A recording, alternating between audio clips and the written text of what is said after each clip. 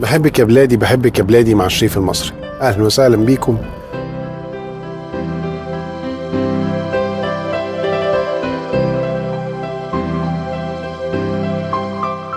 الموضوع اللي ساير عليا قوي الليلة دي وفعلا موضوع سانت كاترين. يعني أنا مش فاهم هما الجماعة اللي فجروا أو اللي بيعملوا معانا الحركات دي كلها والتفجيرات والأفلام، هو فاضل يبعتوا لنا جواب مسجل بعلم الوصول يقولوا لنا الميعاد بالظبط؟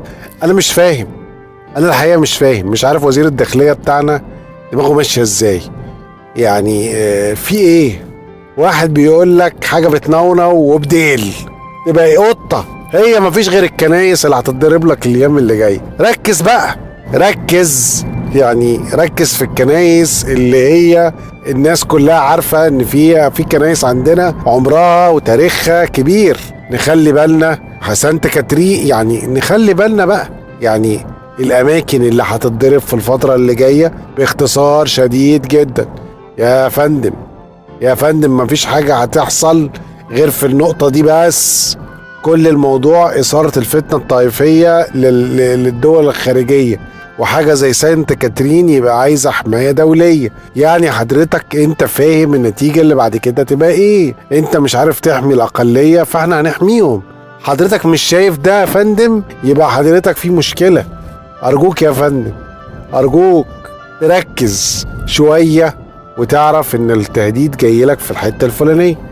اي حاجة تانية هو ما عندكش غير موضوعين اللي هيصوروا عليك: السياحة والاقباط. يبقى خلاص تفهم بقى هيلعبوا معاك فين تاني. تمام؟ الجيش، وانت عارف هما بيعملوا ايه مع الجيش والجيش بيرد عليهم. انت بقى هتعمل ايه؟ دورك ايه يا فندم؟ عشان خاطري ركز شوية.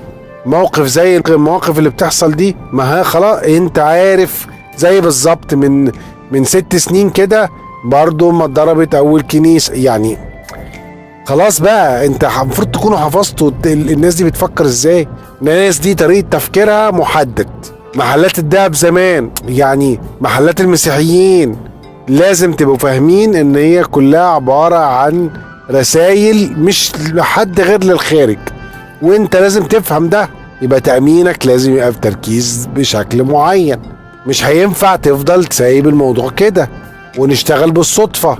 فأرجو سعادتك يعني رسالتي تكون وصلت لحضرتك، وأتمنى إن حضرتك تبقى، يعني أنا عارف إن المواضيع تقيلة على سيادتك وعارف إن الناس تعبانة، بس يا فندم إحنا دلوقتي ما عندناش حاجة يعني نعملها أكتر من اللي بنعمله. يعني جاي المعلومة واضحة مش محتاجة كلام. يبقى التركيز في نقطة واحدة دلوقتي، هو مش هيجيلك في نقطة غير النقطتين دول، يبقى التركيز عليهم. يعني أنا الحقيقة مش عايز يعني أتقل عليك أكتر من كده، بس هعمل لك إيه؟ هي الشرطة والأقباط بيدفعوا، بيحاسبوا على المشاريب دلوقتي. بس ما هو برضه لازم أنت بقى دورك، لأن أنت دورك غيرهم. هم مجروحين وما هنعمل معاهم إيه؟ أنت لازم تاخد موقف.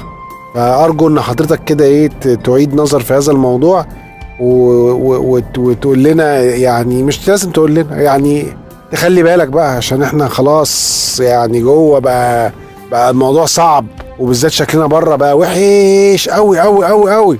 يعني شكلنا بقى عامل زي كده، واخد بالك حضرتك اللي الموضوع زي الموضوع بتاع لبن الاطفال كده، واخد بالك؟ ما عندناش لبن اطفال ويطلع عندنا مصنع لبن اطفال ووزارة الصحة ما تعرفش حاجة عنه.